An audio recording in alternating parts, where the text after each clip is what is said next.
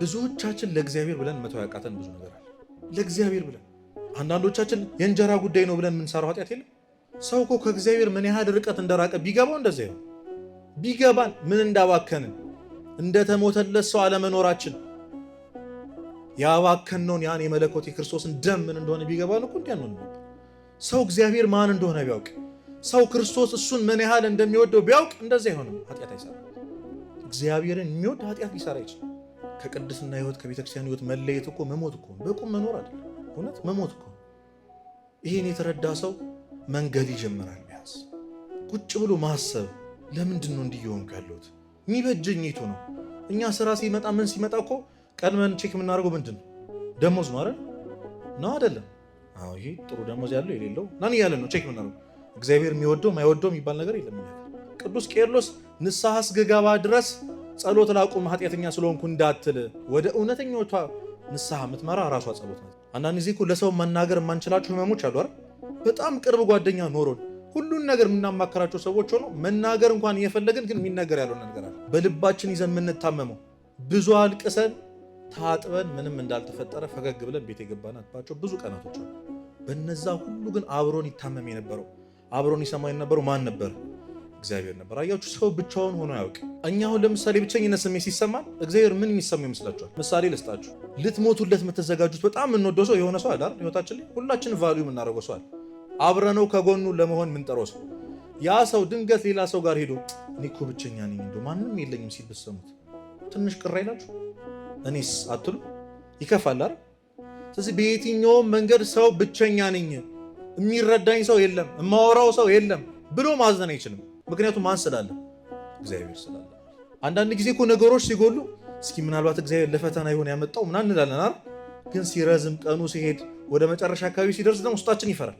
አንዳንድ ጊዜ አይምሮአችን ያስጨንቀናል። ምንድን ነው የሚወጣኝ? አሁን ካለሁበት ነገር እንዴት ነው የምወጣው? እሺ የነገውን ቤት ኪራይ እንዴት ነው ማድረገው? እሺ ይሄን ትምህርት፣ ይሄን ጤና፣ የቤተሰቤን ነገር አሁን ቆመን ማድረግ የማንችለው ምንም ነገር ልናደርግበት የማንችላቸው ነገሮች አይምሮአችን ያስጨንቀናል። ሴጣን መጥቶ ያስጨንቀናል። ቅዱስ ዮሐንስ አፈወርቅ የሴጣን ዓላማ አንተን ኃጢአት ማሰራት አይደለም፣ አንተን ተስፋ ማስቆረጥ።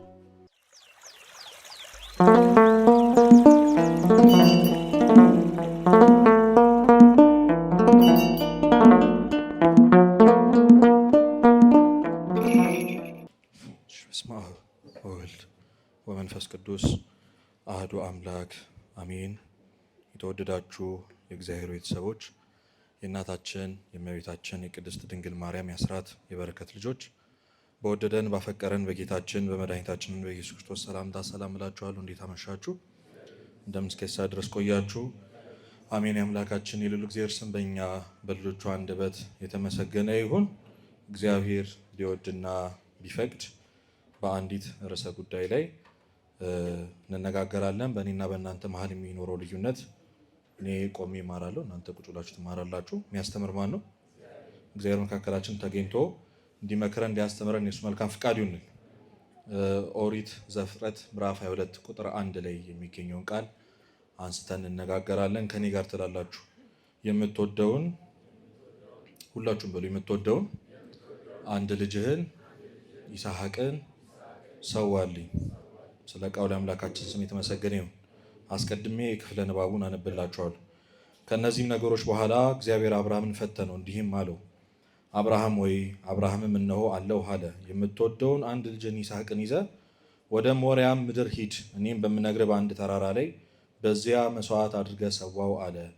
አብርሃምን በማለዳ ተነስቶ አህያውን ጫነ፣ ሁለቱም ሎሌዎቹና ልጁን ይስሐቅን ከእርሱ ጋር ወሰደ።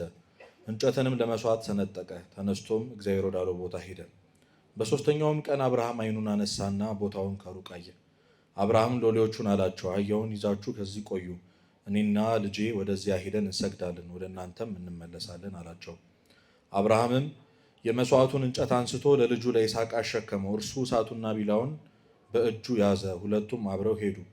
ይስሐቅም አባቱን አብርሃምን ተናገረው፣ አባቴ ሆይ አለ። እርሱም እነሆ ልጄ አለው። እሳቱና እንጨቱ ይኸው አለ፣ የመስዋዕቱ በግ ግን ወዴት ነው አለው። አብርሃምም ልጄ ሆይ የመስዋዕቱን በግ እግዚአብሔር ያዘጋጃል አለው። ሁለቱም አብረው ሄዱ። እግዚአብሔር ወዳለውን ቦታ ደረሱ። አብርሃምም በዚያ መሰዊያውን ሰራ፣ እንጨትንም ረበረበ። ልጁን ይስሐቅን አስሮ በመሰዊያው እንጨት ላይ አጋደመው። አብርሃምም እጁን ዘረጋ፣ ልጁንም ያርድ ዘንድ ቢላዋን አነሳ። የእግዚአብሔር መልአክም ከሰማይ ጠራና አብርሃም አብርሃም አለው። እርሱም እነሆኝ አለ። እርሱም በብላቴናው ላይ እጅህን አትዘርጋ፣ አንዳችም አታድርግበት። አንድ ልጅህ ለእኔ አልከለከልህምና እግዚአብሔርን የምትፈራ እንደሆን ካሁን አውቄአለሁ አለ። ስለ ቃሉ አምላካችን የልዑል እግዚአብሔር ስም የተመሰገነ ይሁን። እንግዲህ ስለ አብርሃም እንዲህ ነው ተብሎ መናገር ሁላችንም ስለምናውቀው ማለት ነው። አብርሃም በጣም ታላቅ የእምነት አባት ነው። ሰምቶት አይቶት የማያውቀውን እግዚአብሔር የሚባለውን አምላክ በራእይ ተገልጦ ይኖርበት ከነበረው ጣዖት ይመለክበት እግዚአብሔር የማይታወቅበት ከነበረው ቦታ ማንንም ሳያስፈቅድ ማንንም ሳይሰናበት እናት አባቴ ንብረቴ ሳይል ሁሉን ጥሎ ተከትሎ የወጣ ሰው እንደሆነ ታውቃላችሁ። አብርሃም ታላቅ የእምነት አባት የሚባለው እግዚአብሔርን በባዶ በማመኑ ምንም አይነት ማረጋገጫ አለመፈለጉ እና ከወጣ በኋላ ነው እግዚአብሔር አብርሃምን የባረከው ቃል የገባለት ሁልጊዜ አብሬ እሆናለሁ ካንተ አልለይም ያለው። የሚባርኩህን እባርካለሁ፣ የሚረግሙህን እረግማለሁ፣ በሄድክበት ሁሉ ካንተ ጋር እሆናለሁ፣ ታላቅ ሕዝብም አደርግሃለሁ ብሎ ቃል የገባለት ከወጣ በኋላ እንጂ ማረጋገጫ ሰጥቶት አይደለም። አብርሃም እግዚአብሔርን ተከትሎ ወጣ። እሱን ከወጣ በኋላ ነው የተባረከው። ከእግዚአብሔር ጋር በመሆን ሊያገኙ የሚችለውን ጥቅም አውቆ ጠንቅቆ አረጋግጦ የወጣ ሰው አይደለም አብርሃም። እንዲሁ በባዶ እግዚአብሔርን ያመነ ሰው። ታውቃላችሁ፣ ሳራ የምትባል ሚስት ነበረችው። ሁለቱም መውለድ አይችሉም ነበር። ሁሉም አላቸው፣ ባለጸጋ ናቸው። አንድ የጎደላቸው በጣም የሚናፍቁት ግን ልጅ ነበር። ይህንን ከ100 ዓመት በኋላ አብርሃም በትዕግስት ከጠበቀ በኋላ እግዚአብሔር ቃል ገብቶ አንድ ወንድ ልጅ ሰጣቸው። ማን ይባላል? እሱ ይስሐቅ ይባላል። እንግዲህ አብርሃም ይህንን ልጁ አጣጥሞ አይቶ አሳድጎ ሳይጨርስ ገና በደንብ ወደ ውስጡ አስገብቶት ገና ክብሩን አይቶ ድሮ ሳይጨርስ የልጅ ልጁን አይቶ ሳይጨርስ ገና በለጋ እድሜው አብርሃም ቅርታ እግዚአብሔር አብርሃምን ወደ አንድ ተራራ ጠራው። አሁን የነገርኳችሁን ቃል አለው ማለት ነው። የምትወደውን አንድ ልጅን ይስሐቅን ምን በልልኝ ሰዋልኝ። ቃላቱ አረፍተ ነገሩ ራሱ በጣም የሚያምነው አስቀድሞ የምትወደውን ብሎ እንደሚወደው አሳሰበው። ከዛ ስንት ልጅ ለዛውም ኖሮት የማያውቀውን እኮ ልጅ ኖሮት አያውቅም። እሱንም አንድ ቀን ሳራ አስጨንቀው ከአጋር ውለድ ብላ የወለደችውን እሱንም እግዚአብሔር የኔ ልጅ አይደለም ብሎ ከቤት አስወጥቶበታል። የምትወደውን ስንት ልጅን ከዛ ስሙን ጠራበት። ማን ብሎ? መጨረሻው ግን ደስ አይል። ምን በልልኝ ነው? ሰዋልኝ ነው። በጣም የሚያስደንቀው ነገር ይኸውላችሁ አብርሃም ከኦሪት ዘፍጥረት ምዕራፍ 22 በፊት ያሉትን ቦታዎች ብታዩ ከእግዚአብሔር ጋር ብዙ ቦታ ኮንቨርሴሽን አድርገዋል፣ ተነጋግረዋል። ብዙ ነገር መልሶለት ያውቃል። እና እንደው እዚህ ጋር ምንም ነገር አልተናገርም። ማንሳት የሚችላቸው እንደ ሰው እንኳን ሎጂካሊ እግዚአብሔር ፊት ማንሳት የሚችላቸው መጠየቅ የሚችላቸው ጥያቄዎች ነበሩ። የመጀመሪያው ነገር አምኜ ከካራን ስወጣ ታላቅ ሕዝብ ምን እልሃለሁ ብሎት ነበር አይደለ? ዘርህን አበዛለሁ ብሎት ነበር። ዘር ያለ ልጅ ይበዛል? ከኔ ጋር ናችሁ? ዘር ያለ ልጅ ይበዛል ወይ? አይበዛም። አምላክ ነህ፣ ቃል ገብተህልኛል። ይህንን ቃል ኪዳንህን በምን ልትፈጽም ነው? ይሄን ልጄን ከወሰድክልኝ አበዛልሃለሁ ያልከውን ያንን ዘሬን ታላቅ ሕዝብ አድርጋለሁ ያልከኝ እኔን እንዴት ልታረገኝ ነው ብሎ መጠየቅ ይችል ነበር። ይህንንም አልጠይቅም። ሁለተኛ ብዙ ልሰዋልህ የምችላቸው ነገሮች አሉ። ብዙ ከብቶች፣ ግመሎች፣ ብዙ ሀብት አለኝ። ራሴን እንኳን ልሰዋልህ ዝግጁ ነኝ። አንድ ሮጦ ያልጠገበ ልጅ መሰዋት ለምን አስፈለገ ብሎ መጠየቅ ይችላል። መከራከር እኮ አይደለም፣ እንደው ለምን ማለት ይችል ነበር። ይህንንም አላለም። ሶስተኛውና ዋነኛው ነገር ይሄ ልጅ የአብርሃምም እና የማን ነው? የሳራ መብቷ አላት አይደል?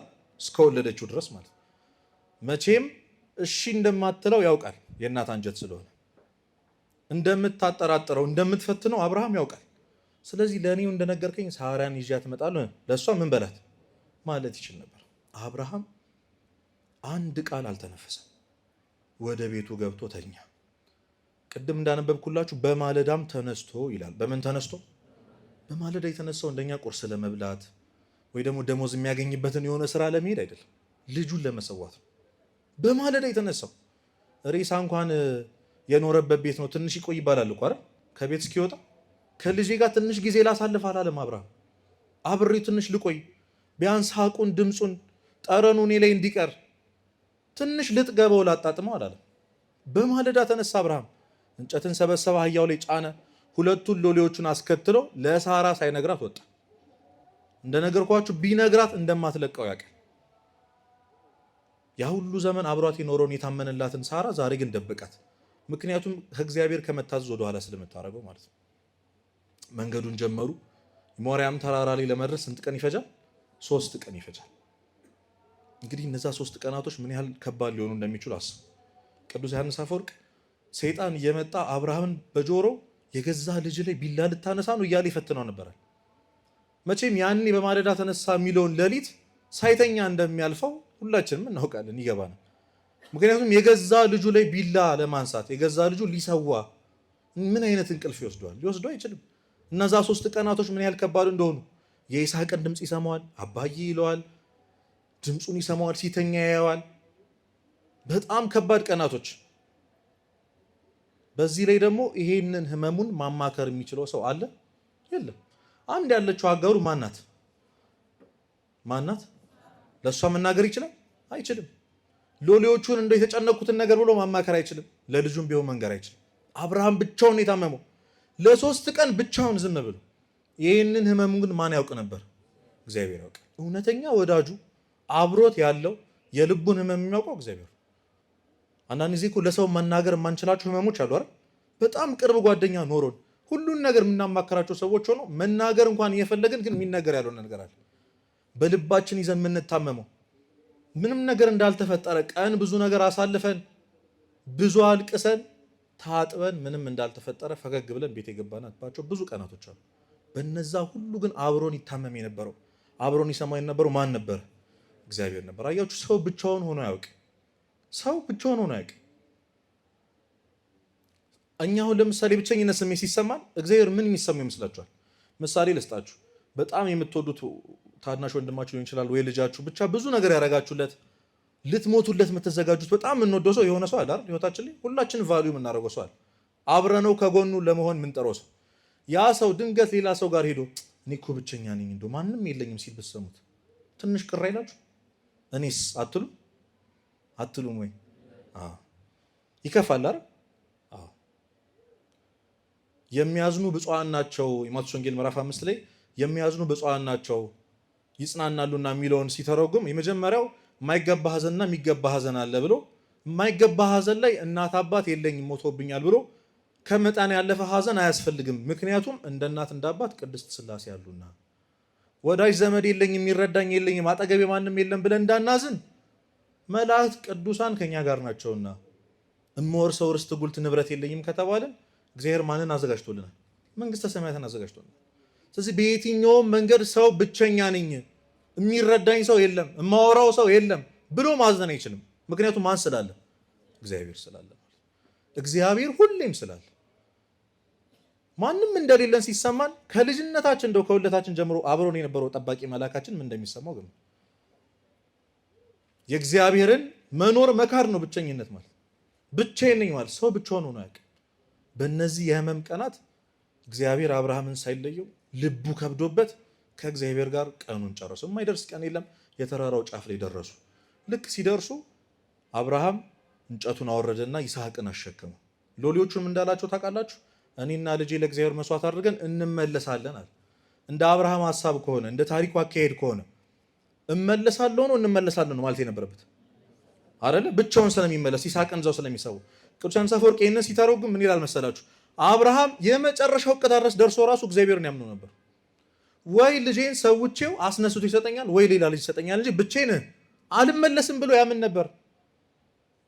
አንዳንድ ጊዜ እኮ ነገሮች ሲጎሉ እስኪ ምናልባት እግዚአብሔር ለፈተና ይሆን ያመጣው ምናምን እንላለን አይደል?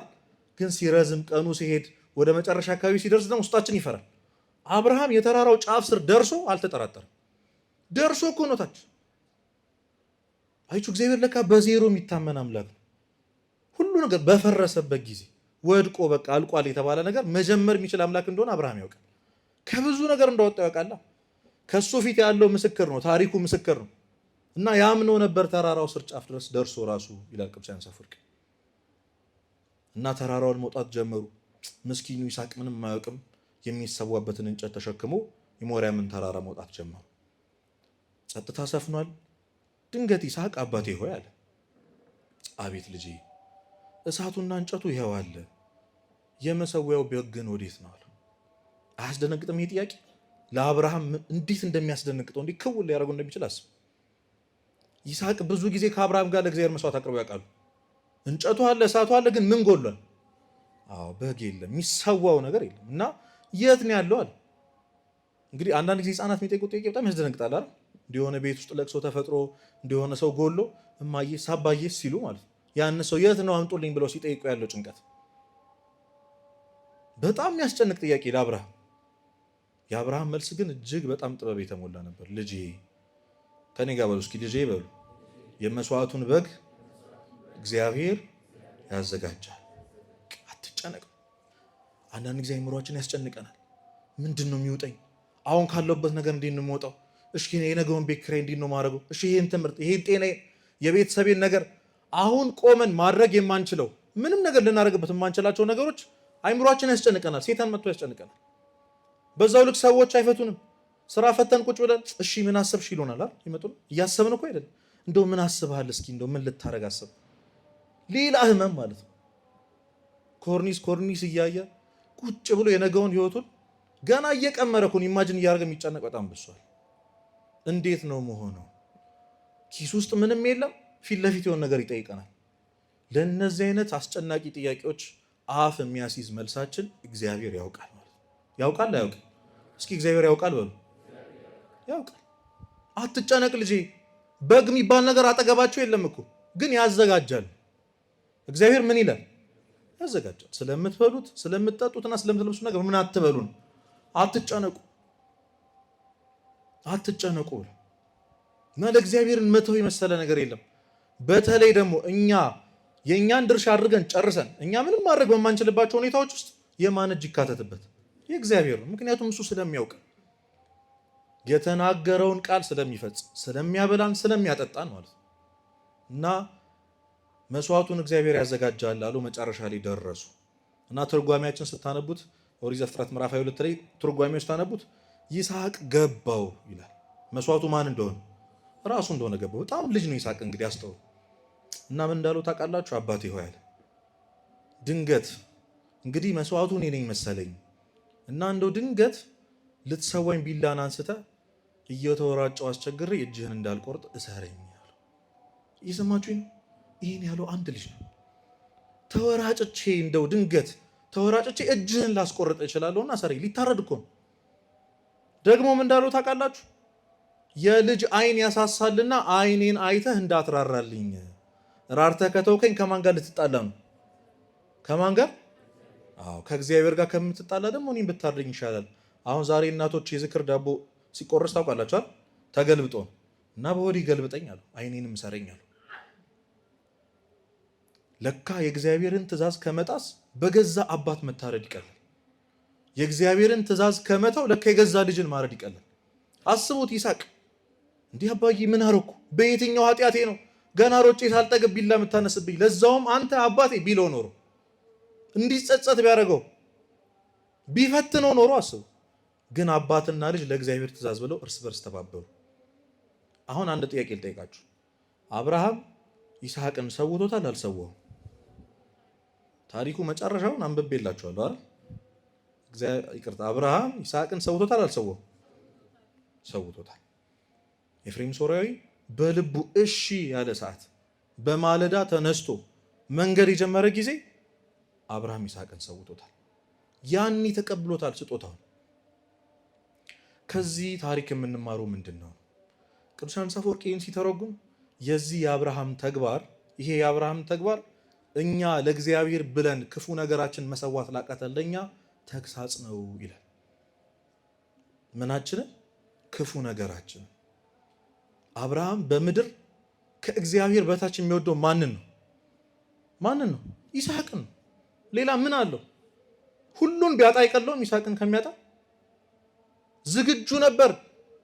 ልጅ ኖሮ አንተ ራስን ረድልኝ ቢለው ዝግጁ ነበር። አብርሃም ምን ያክል ይስሐቅን ቢወደው ግን ከእግዚአብሔር በላይ አይወደው። እየሰማችሁ ነው? አይወደው። እና ሮሜ 7:19 ቅዱስ ጳውሎስ ምን አለ? የምወደውን በጎ ነገር አላደርግም፣ የማልወደውን ክፉ ነገር ግን አደርጋለሁ። ለዚህ ለኃጢአት ከተሰጠ ሰውነት ማን ያድነኛል? ሁላችንም የሆነ ማድረግ የምንፈልገው ልንሆነው የምንፈልገው የሆነ ማንነት አለ አይደል? ግን ያቃተን በየቀኑ ማድረግ የምንፈልገው በየቀኑ መሆን የምንፈልገው በየቀኑ ማሳካት የምንፈልገው የሆነ መድረስ የምንፈልግበት የሆነ ጊዜ የሆነ ቦታ አለ፣ የሆነ ሁኔታ አለ። ግን አቅቶናል። የምንወደው በጎ ነገር ቤተሰቦቻችን ማኩራት እንፈልጋለን፣ ስራ መያዝ እንፈልጋለን፣ ጥሩ ደሞዝ እንዲኖረን እንፈልጋለን። ከዛ ዘለን ደግሞ ለነፍሳችን ጸሎተኛ መሆን፣ በተለይ ንስሐ የሚገባ ስጋው ደግሞ የሚቀበል ሰላማዊ፣ ከሰው የማይጣላ ብዙ ዝርዝር አለ መሆን እንፈልገው፣ ግን አቅቶናል። በዚህ ብቻ ቢተወን እኮ መልካም ነበር። የሆነ ደግሞ ማድረግ ሳንፈልግ የምናደርገው ነገር የለም። እናንተ ጋር የለም መሰለኝ አለ። መተው እየፈለግን የምናደርገው ከዛሬ ጀምሮ አልመለስበትም እያለ ይሄ መጨረሻዬ ነው እያለ ስንሳል፣ አንዴ ስንጣመቅ፣ አንዴ ንስሐ ስንገባ፣ ተው ነው ስንል ተመልሰን ስናደርገው፣ አላረገውም እያልን ቃል ስንገባ፣ ስንገዘት ራሳችን እያደረግነው እናገኘዋለን። አንዳንድ ጊዜ ግራ ገብቷችሁ ያውቅ? ማን የትኛው እኔ ነው ይሄንን ነገር የሚያደርገው? የሆነው እኔነቴ ይሄንን ኃጢአት ይጠላዋል፣ የሆነው እኔነቴ ደግሞ መጥቶ ሲሰራ ይዋለሁ እና እኔ የትኛው ነኝ ብላችሁ አታውቁ? ግራ የሚያጋባ ማለት አንዳንድ ጊዜ ህልም የሚመስል መቼ መተን እያደረግን ራሳችን እንዳገኘነው አናውቅም። ልክ አድርገነው ስንጨርስ ያንን ኃጢአት ልባችን የሚቃጠልብን፣ ምን ስሰራ ነው እዚህ የተገኘሁት? ያን ሁሉ ነገር ብዬ ትንሽ ከፍ ስንል ድጋሚ የሚጥለን፣ ትንሽ ሄደን ስንል ድጋሚ የሚስበን ማለት ነው። ያማረረን ህይወታችን ሞት እንዲል ያደረገው። እንዲህ ሆኖ ከመኖርማ መሞት ይሻላል። ዛሬ ብዙ ወጣቶች ራሳቸውን የሚያጠፉት እኮ እንደምናስበው የሆነ ነገር ስላልተሳካላቸው ይመስላችሁ?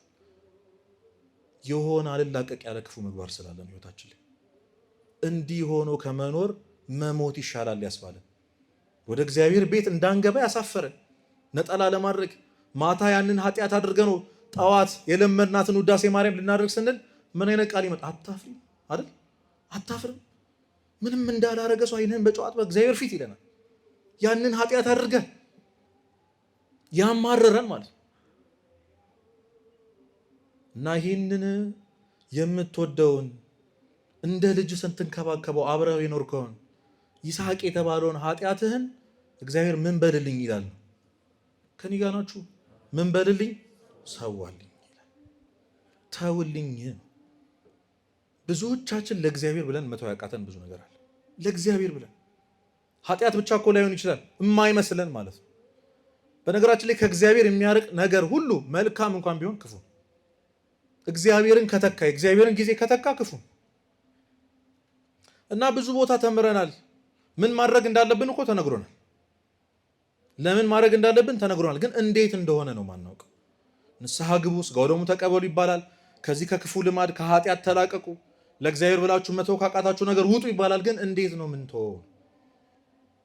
ባለችን ትንሽ ደቂቃ 3 ነገሮችን ነጥቦችን አይተን እንለያያለን። እግዚአብሔር ከኛ ጋር ይሁን። የመጀመሪያው ነገር ይስሐቅን መለየት ነው፣ ማወቅ። ለእግዚአብሔር ብዬ መተው ያቃተኝ አንድ ነገር ምንድን ነው? የሚገርማችሁ ደግሞ አንድ ነገር እኮ ስፔሲፊክሊ አንድ ነገር የምንቸገርበት። አንዳንዴ ሌላ ሰው የሚፈተንበትን ነገር እኛ ጎበዝ ሆነን ቀንታችሁ አታውቁም? እንደው ያንተ ፈተና ቢሆን ብለን ማለት ግን ለእነሱ ቀላል ሊሆን ይችላል፣ ለእኛ ከባድ የሆነ ነገር ደግሞ አለ። ሁሉም ሰው እንደያቀሙ ነው የሚፈተነው እና መለየት እንደው እስኪ አንድ ቀን ቁጭ ብለን ለእግዚአብሔር ብዬ መተው ያቃተኝ ነገር ምንድን ነው? ይስሐቅን መለየት። አንዳንዶቻችን ሰው ነው የሆነ አብሮን ኃጢአት የሚሰራ የሚያሰራን የሆኑ ጓደኞች፣ የሆነ እጮኛ አለ በዝሙት እንድንወድቅ የሚያደርገን ወደማይሆን ቦታ ይዞን የሚሄደን፣ ግን መተው ያቃተን የሆነ ሰው አለ። ለእግዚአብሔር ብለን በሼም አብረን ነው የምንሆነው፣ ጥሩ እንዳልሆነ እየገባን ግን መተው ያቃተን ሰው ነው። ለብዙዎቻችን ገንዘብ ነው። እግዚአብሔር መሀል ቢገባ እንኳን የማንሰማው በገንዘብ ጉዳይ ነው። ብዙዎቻችን እድሉን ስላላገኘን ነው። እኛ የገንዘብ ፍላጎታችን፣ ሀብታም የመሆን ፍላጎታችን ለእግዚአብሔር ለመተው እንችላለን ወይ? አሁን በዚህ ሰዓት ይሄን ቃል እግዚአብሔር የምንማርበት ሰዓት ኢን ሚሊየንስ የምናገኝበት በጣም ብዙ የምንመኘውን አይነት ፋንሲ ህይወት የምናገኝበት እድል ቢሆን ኖሮ እዚች ወንበር ላይ ማን ይኖር ነበር?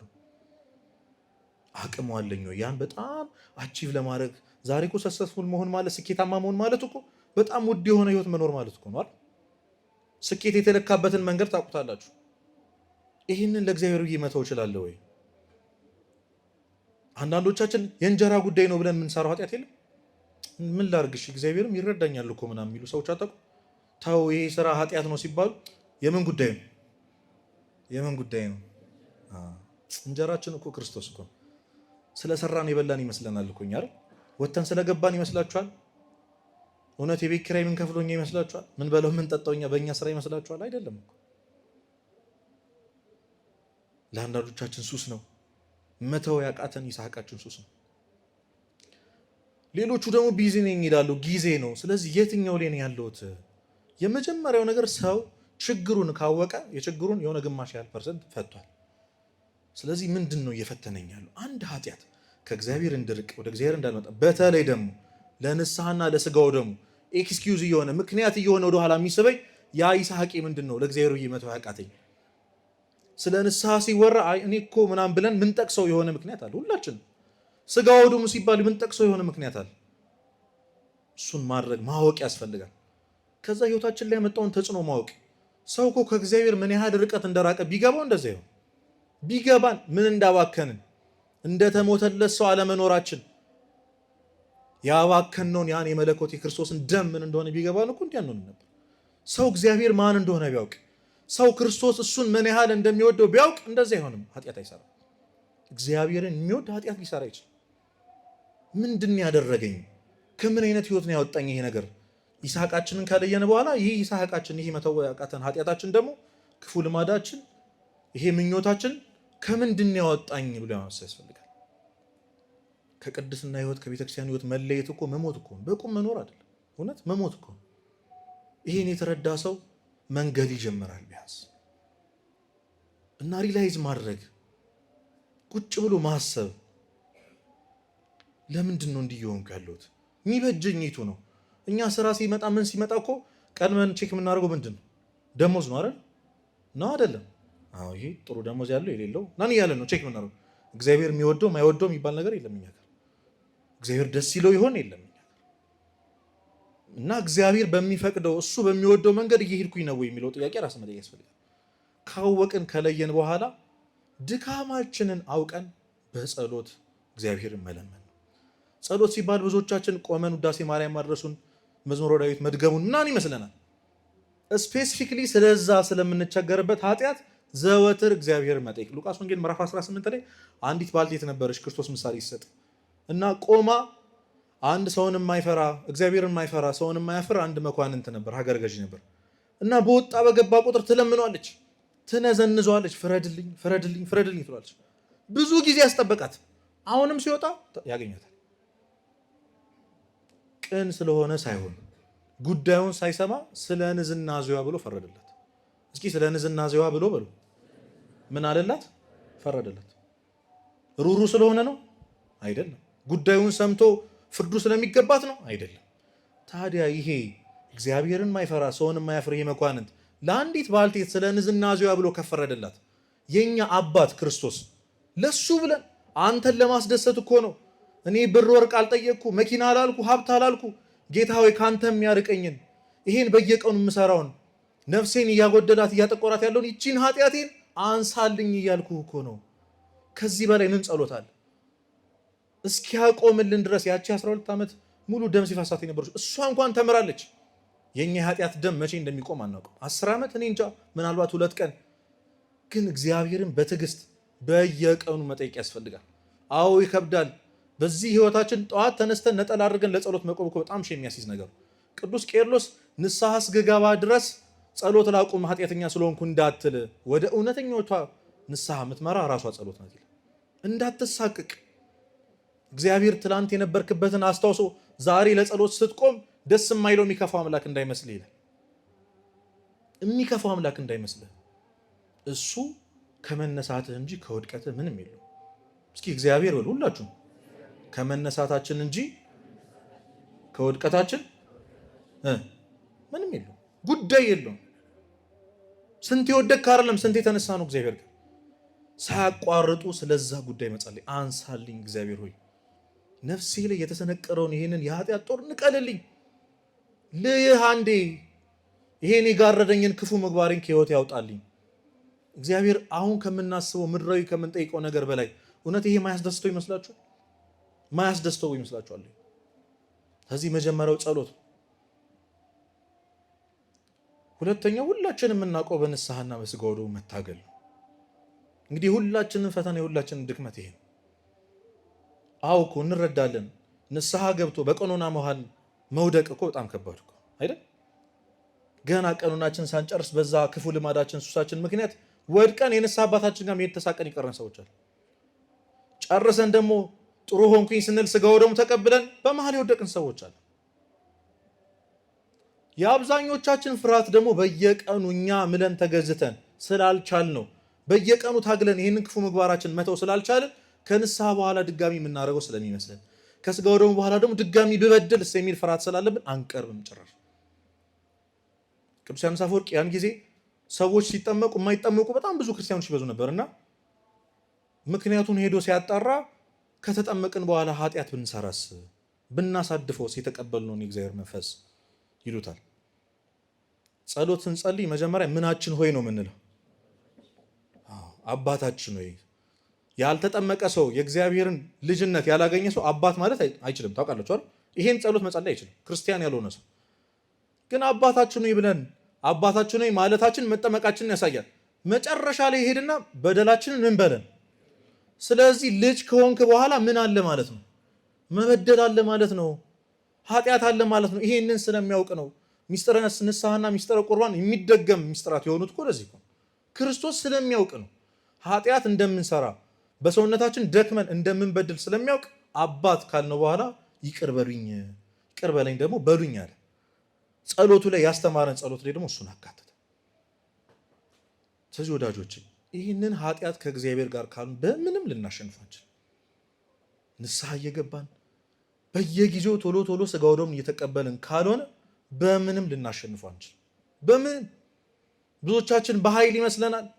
ጎበዝ ስለሆንን ስፖርት ስለሰራን ወይ የሆነ ሞቲቬሽናል ስፒከር ሰምተን አዎ ዛሬ ይለወጣለሁ ስላልን ይመስላል። እንደዛ እንዳይመስላችሁ። ድካምን አምኖ እግዚአብሔር ፊት ራስን አዋርዶ እንደሚሄድ አልችልም እንደማለት የሚያድን ነገር የለም። አንድ ጊዜ ዲያብሎስ እግዚአብሔርን እንዲህ አለው ይላሉ አቡነ ሺኖዳ። እግዚአብሔር ዲያብሎስ ነው ያለው፣ ብርቱዎቹን ለእኔ ተዋቸው እኔ ይችላቸዋለሁ እነሱ አለ። ምኖቹን? ማን ነው ይህን የሚለው? ለእግዚአብሔር ማለት ዲያብሎስ ነው የሚለው። ብርቱዎቹን ለእኔ ተዋቸው፣ ደካሞቹን ግን አልችላቸውም። ምክንያቱም ድካማቸውን አምነው ወደ ማን ተጠግተዋል?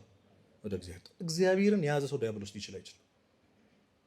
እኛ እኮ ሰርች አድርገናል፣ ሀውቱ ምናምን ብለን እኮ ዩቲዩብ ላይ ሰርች አድርገናል፣ እንዴት እንላቀቅ ከዚህ ኃጢአት ብለን፣ ግን አልሆነም። ይኸው ስንት ነገር ሞከርን፣ ያልሄድንበት ቦታ የለም፣ ያልሞከርነው ስትራቴጂ የለም ያንን ኃጢአት ለመተው፣ ግን አልሆነም። ስለዚህ አሁን ከማን ጋር እንሞክረው? ከእግዚአብሔር ጋር። ስጋዬን የበላ ደሜን የጠጣ እኔ በሱ እኖራለሁ እሱ ደግሞ በማን ይኖራል? ማን ያለው ይሄንን? ክርስቶስ ነው። አስቡት። ስለዚህ ክርስቶስ የተዋሃደው ስጋ ኃጢአት ሊያሸንፈው አይችልም። ቢያንስ ኃይል ያገኛል። ስለዚህ በየጊዜው ቶሎ ቶሎ እንደው ንስሐ መግባት፣ ቶሎ ቶሎ ስጋውን መቀበል ያስፈልጋል። ይህንን ማድረግ ያስፈልጋል። ትልቁ የሰይጣን ፈተና ደግሞ ተስፋ መቁረጥ ነው። ተስፋ ማስቆረጥ ነው። እንግዲህ በዚህ ኃጢአት ምክንያት ብዙዎቻችን ተስፋ ቆርጠን ከእግዚአብሔር ርቀን፣ አይ እኔ መቼም ሰው አልሆንም ብለን ማለት ነው። አይ እኔ መቼም እንደ አብርሃም ታምኜ ለእግዚአብሔር መስዋዕት ላደርግለት አልችልም ይሄንን ብለን የራቀን ሰዎች አሉ። የራቁ ሰዎችም ደግሞ አሉ። ተማረን የተው ነው ማለት ነው። እግዚአብሔር በፈቃዱ ከዚህ ኃጢአት እኛን የሚያወጣበት ቀን ይመጣል፣ ነፃ የሚያወጣበት። ግን ከላይ ያልኳችሁን ነገር ካደረግን በየቀኑ መጀመሪያ እግዚአብሔርን በጸሎት ምን ማለት ነው? መነዝነዝ። በቃ ለአንተ እኮ ነው ክርስቶስ ጌታዊ ደስ እንዲለ ብዙ የከፈልክለት ደምን ያፈሰስክለት እኔ ልጅህ እንዲሆኛለሁ፣ ስለዚህ አውጣኝ እያልኩ ነው ብሎ መለመን። በየቀኑ ከእሱ ጋር እየታረቁ ስጋውን ደሙን እየተቀበሉ መታገል። የመጨረሻ ደረጃ ልንደርስ እንችላለን። እስከ መጨረሻው የህይወታችን ፍጻሜ ሊታገለን ይችላል ይህ ክፉ ልማድ። ተስፋ መቁረጥ ግን አያስፈልግም። ቅዱስ ዮሐንስ አፈወርቅ የሰይጣን ዓላማ አንተን ኃጢአት ማሰራት አይደለም፣ አንተን ተስፋ ማስቆረጥ። ምን ማለት ነው? ምክንያቱም ተስፋ የቆረጠ ሰው ድነት ስለሌለው ምህረት ስለሌለው ማለት ነው። እና በእግዚአብሔር ምህረት መተማመን፣ እግዚአብሔር ይምረኛል ብሎ ማመን ያስፈልጋል። በየቀኑ መምጣት። አንዳንዶቻችን ልቤ ገና አልተሰማኝም፣ ሌላ ጊዜ ይህንን ኃጢአት ስሰራው አለቅስ ነበር፣ አዝን ነበር፣ ዛሬ ግን ምንም አይሰማኝም። እና ችግር የለውም፣ ቆይ ትንሽ ተስተካክዬ እመጣለሁ። እና የሚያስተካክል ራሱ እግዚአብሔር። ስትወው እመጣለሁ። እንድትወው የሚያደርግ ቤተክርስቲያን መምጣት ነው። መታከሚያ ናት እቺ ቤተክርስቲያን። ንስሐ መታከሚያ ነው። ከምንም ነገር በላይ ትልቁ መድኃኒታችን የክርስቶስ ስጋና ደም። ያንን ማድረግ ያስፈልጋል። የመጨረሻውና ወሳኙ ነጥብ ኃጢአቱን ለመተው ከመጣር ይልቅ እግዚአብሔርን ለመውደድ መጣር። ከኔ ጋር ናችሁ? ይሄ መጨረሻ ነጥብ። እስኪ ኃጢአቱን በሉ ለመተው ከመጣር ይልቅ እግዚአብሔርን መውደድ ምን ማለት? መጣር። በጣም ዲፈረንስ አላችሁ ታውቃላችሁ አይደል?